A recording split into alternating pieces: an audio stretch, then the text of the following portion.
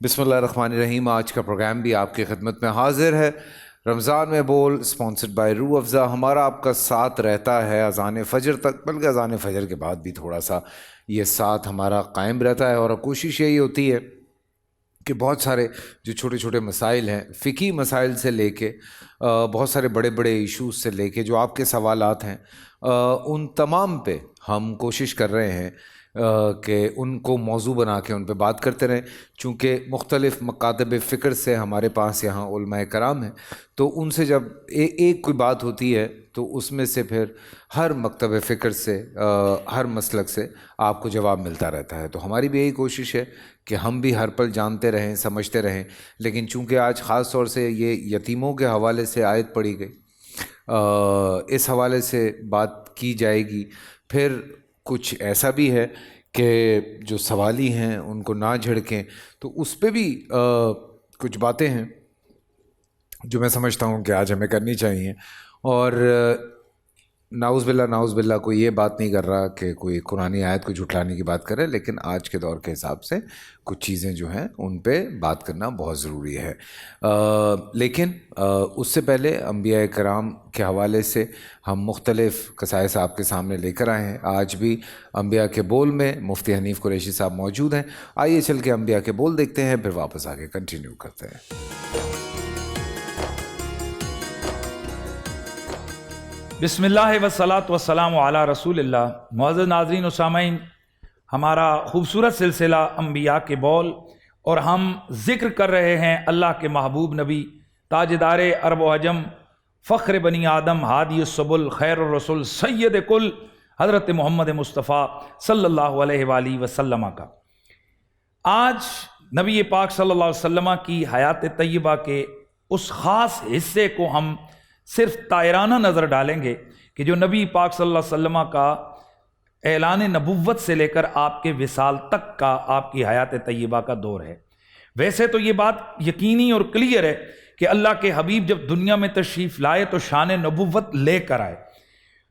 نبی پاک جب تشریف لائے تو بچپن میں آپ جاتے تھے تو نسائی شریف کی حدیث موجود ہے کہ یہ درخت اور یہ پتھر پڑا کرتے تھے السلام علیک یا رسول اللہ۔ تو اگر حضور اس وقت نبی اور رسول نہیں تھے تو پھر آپ پر یہ پتھر نبی اور رسول کہہ کر درود و سلام کیوں پڑھتے تھے؟ اور یقیناً یہ خود تو نہیں پڑھ سکتے، ان سے اللہ تعالیٰ پڑھوا رہا تھا۔ تو اس کی وجہ یہی ہے کہ ہمارے آقا سرور کون و مکان، آپ کی زندگی حیات طیبہ کا ہر لمحہ اور ہر آن نبوت کے اس نور سے سرفراز تھا۔ لیکن آپ نے وہ جو اعلان نبوت کر کے وہ جو احکامات اللہ کی طرف سے امت کے لیے پہنچانا تھا، اس کا آپ کو حکم اور اذن وہ 40 برس کی عمر میں ہوا۔ اس لیے 40 برس کی عمر کے بعد سے لے کر وصال کے وقت تک کا یہ تقریباً 23 سال کا دور ہے۔ اس 23 سالہ دور میں نبی پاک پر نجمن آہستہ آہستہ کتاب العریب قرآن مجید نازل ہوئی۔ کتاب العریب قرآن مجید کا کچھ حصہ وہ ہے جو نبی پاک کی ہجرت سے قبل ہے، اور کچھ حصہ وہ ہے جو نبی پاک کی ہجرت کے بعد ہے۔ تو قرآن کا وہ حصہ جو ہجرت نبوی سے پہلے کا ہے اسے مکی صورتیں یا آیات کہتے ہیں، اور جو بعد والا ہے اسے مدنی قرآن یا مدنی صورتیں اور آیات کہتے ہیں۔ آج ہم حضور کی حیات طیبہ پر ان 23 سالوں کے حوالے سے طائرانہ نظر ڈالتے ہیں۔ میرے نبی پاک صلی اللہ علیہ وآلہ وسلم نے 40 برس کی عمر میں اعلان نبوت فرمایا۔ پہلے 3 سال آپ خفیہ تبلیغ کرتے رہے، اور اس دوران 30 افراد نبی پاک صلی اللہ علیہ وسلم کے ہم سفر بنے، اور 3 سالوں میں 30 لوگوں نے اسلام قبول کیا۔ 3 سال کے بعد اللہ کے نبی نے اعلانیہ تبلیغ شروع کی تو کفار آپ کے دشمن بن گئے، آپ کے خلاف حرکتیں شروع ہو گئیں اور آپ کے خلاف منصوبے بننے لگے۔ نبی پاک کی نبوت کا 5واں برس، آپ نے 5ویں برس میں اپنے صحابہ کرام اور دیگر لوگوں میں سے تقریباً 11 مرد اور 4 عورتیں، ان کو ہجرت کرنے کا حکم دیا کہ یہ حبشہ کی طرف ہجرت کر جائیں۔ 6 سال یعنی حضور کے اعلان نبوت کا 6واں سال ہے۔ اس 6 سال میں حضرت سیدنا عمر فاروق اور حضرت سیدنا امیر حمزہ جو میرے نبی پاک کے چچا ہیں وہ اسلام لائے۔ آپ کی نبوت کے اعلان کا 7واں سال ہے۔ اس میں نبی پاک کی مخالفت اس حد تک بڑھ گئی کہ تمام قبائل عرب نے بالخصوص جو مکے کے لوگ تھے، مکے کے کفار تھے قریش، ان سب نے مل کر ایک معاہدہ کیا اور اس معاہدے کے تحت نبی پاک سے سماجی بائیکاٹ کر کے اس پورے خاندان بنو ہاشم کو ایک گھاٹی کے اندر قید کر دیا، جسے شعب ابی طالب کہتے ہیں۔ ان سخت حالات میں 3 سال تک شعب ابی طالب کے اندر حضور اپنے خاندان کے ساتھ آپ نے گزارے، اور اس شدت اور سختی کے باعث جب حالات بہت زیادہ خراب تھے تو اللہ کے نبی نے اپنے صحابہ کو حبشے کی طرف ہجرت کرنے کا حکم ارشاد فرمایا۔ 83 مرد اور 12 عورتیں انہوں نے ہجرت کی اور یہ حبشہ جا پہنچے۔ نبوت کا 10واں سال نبی پاک صلی اللہ علیہ وآلہ وسلم پر وہ جو سینکشنز اور پابندیاں تھیں شیب ابی طالب کی، ان کا خاتمہ ہوا، اور اسی سال آپ کے شفیق چچا جو آپ کی ہمیشہ ڈھال بن کر رہے، ان کا انتقال ہوا، یعنی حضرت ابو طالب دنیا سے تشریف لے گئے۔ ان کے چند دنوں کے بعد میرے نبی کی رفیقہ حیات ملکۃ العرب حضرت سیدہ طیبہ ام المومنین سیدہ خدیجۃ الکبریٰ رضی اللہ تعالی عنہا، آپ کا وصال با کمال ہوا۔ میرے نبی کے یہ 2 قریبی اور عظیم محبت والے رشتے تھے، اس لیے حضور نے اس سال کو ہی عام الحزن قرار دیا، یعنی غم کا سال۔ اسی سال میرے نبی پاک کے اس غم کی کیفیت کو دور کرنے کے لیے، ڈھارس بندوانے کے لیے، انعام سے نوازنے کے لیے اللہ تعالیٰ نے اپنے نبی کو معراج عطا فرمائی۔ حضور پہلے مسجد حرام سے مسجد اقصیٰ میں، پھر مسجد اقصیٰ میں نبیوں کی امامت کروا کر، پھر وہاں سے آسمانوں پر، آسمانوں سے سدرۃ المنتہا، سدرۃ المنتہا سے آگے لامکانوں تک، جہاں رب کی منشا اور مرضی تھی عرش الہی تک جا پہنچے، اور اللہ تعالیٰ کو سر کی آنکھوں سے بغیر حجاب آپ نے دیکھا اور دیدار آپ کو اللہ نے اپنا عطا فرمایا۔ یہی وہ سال ہے کہ اسی سال 5 نمازیں فرض ہوئیں۔ اعلان نبوت کا 11واں سال، میرا نبی صلی اللہ علیہ وآلہ وسلم آپ مکۃ المکرمہ میں، تو مدینہ منورہ سے کچھ لوگ آئے اور انہوں نے آ کر بیعت کی میرے نبی کے ہاتھ پر، اسے بیعت عقبہ اولیٰ کہتے ہیں۔ اگلا سال 12واں سال، اس 12ویں سال میں مدینہ منورہ سے 70 مرد اور 2 عورتیں آتی ہیں اور نبی پاک کی بیعت کرتے ہیں، اور یہ بیعت عقبہ ثانیہ کہلاتی ہے۔ یہی وہ ٹرننگ پوائنٹ ہے کہ جہاں سے اللہ تعالیٰ نے اسلام کی قوت کو عظیم بنا دیا، اور میرا نبی پاک صلی اللہ علیہ وسلم کو مدینہ منورہ کے وہ جو صحابہ تھے انہوں نے دعوت دے دی کہ آپ مدینہ شریف تشریف لائیں۔ نبی پاک صلی اللہ علیہ وآلہ وسلم اسی اعلان نبوت کے اس 12ویں سال آپ نے اللہ کے حکم سے ہجرت فرمائی، اور حضرت سیدنا ابو بکر صدیق کی ہمراہی میں حضور مکے کو چھوڑ کر مدینۃ المنورہ آپ تشریف لے گئے۔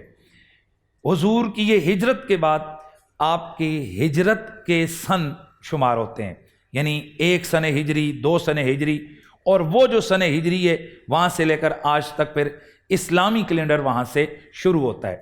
ہجرت کا پہلا سال نبی پاک نے مدینہ شریف جا کر پہلی اسلام کی مسجد قباء کی بنیاد رکھی، اور یہ مسجد زور و شور سے تعمیر ہوئی۔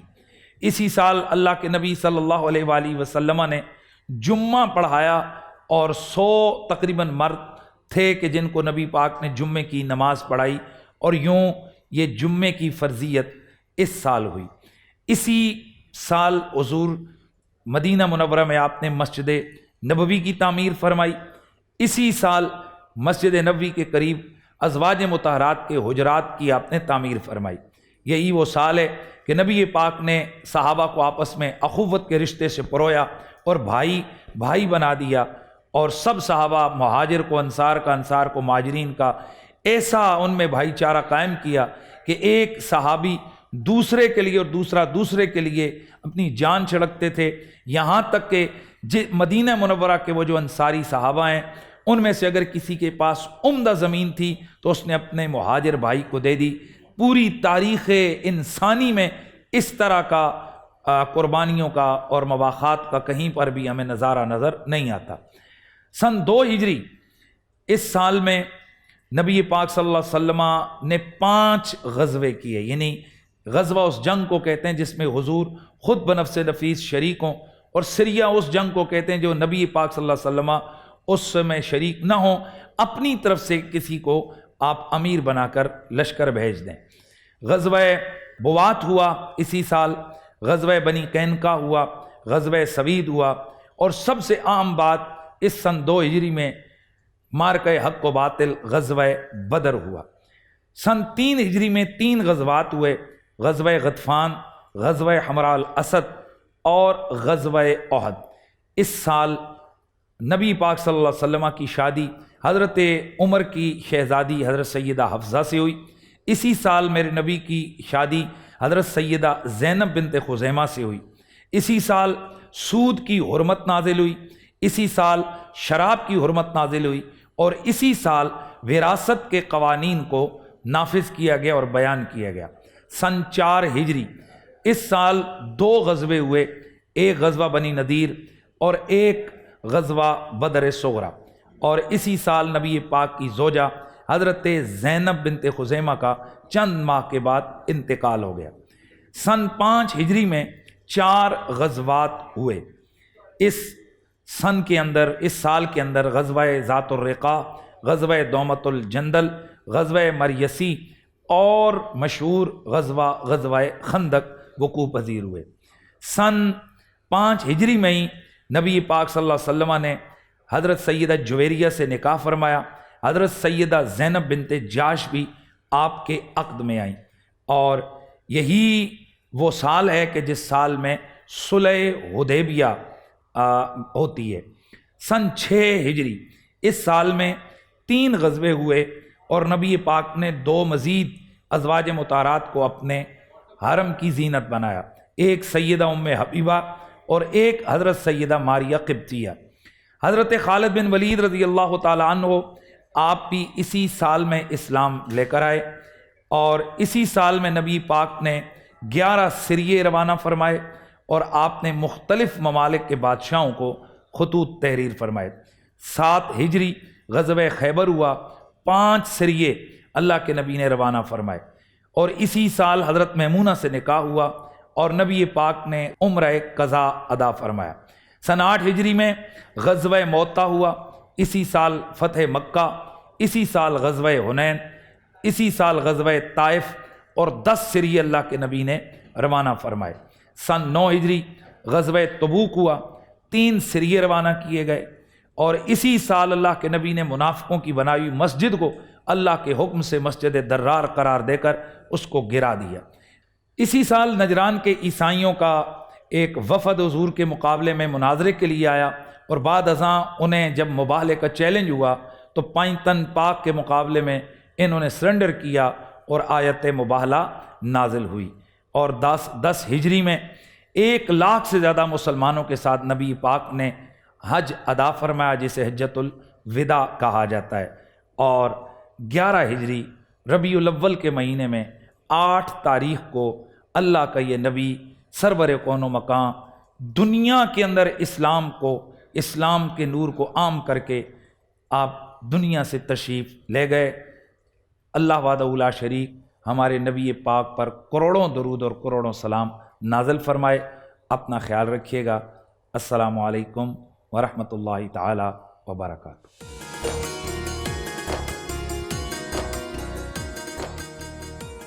جی ہاں، انبیاء کے بول آپ نے دیکھا۔ مفتی حنیف قریشی صاحب اس وقت میرے ساتھ یہاں پہ موجود ہیں۔ پورا سال انتظار تھا مجھے اس رمضان میں، 30 دن 6 ٹیمز، 12 کنٹیسٹنٹس اور کیش کا پاؤں۔ اب گیم وہ ہوگا جسے آپ کا نہیں ہوگا، جس نے جو کرنا تھا کر لیا۔ لاکھوں عوام کو دینے کا ذمہ ہم نے حصہ۔ شور گونجے گا ہر گلی نکڑ اور دکان، رمضان لیگ بنے گی آپ کی پہچان، نعرہ لگے گا تو پارا چڑھے گا۔ گیم شو ایسے چلے گا رمضان لیگ، روزانہ شام 7 بجے صرف بول انٹرٹینمنٹ پر۔ بول انٹرٹینمنٹ کے شوز دیکھنے کے لیے ہمارے چینل کو سبسکرائب کریں اور بیل آئیکن پر کلک کرنا نہ بھولیں۔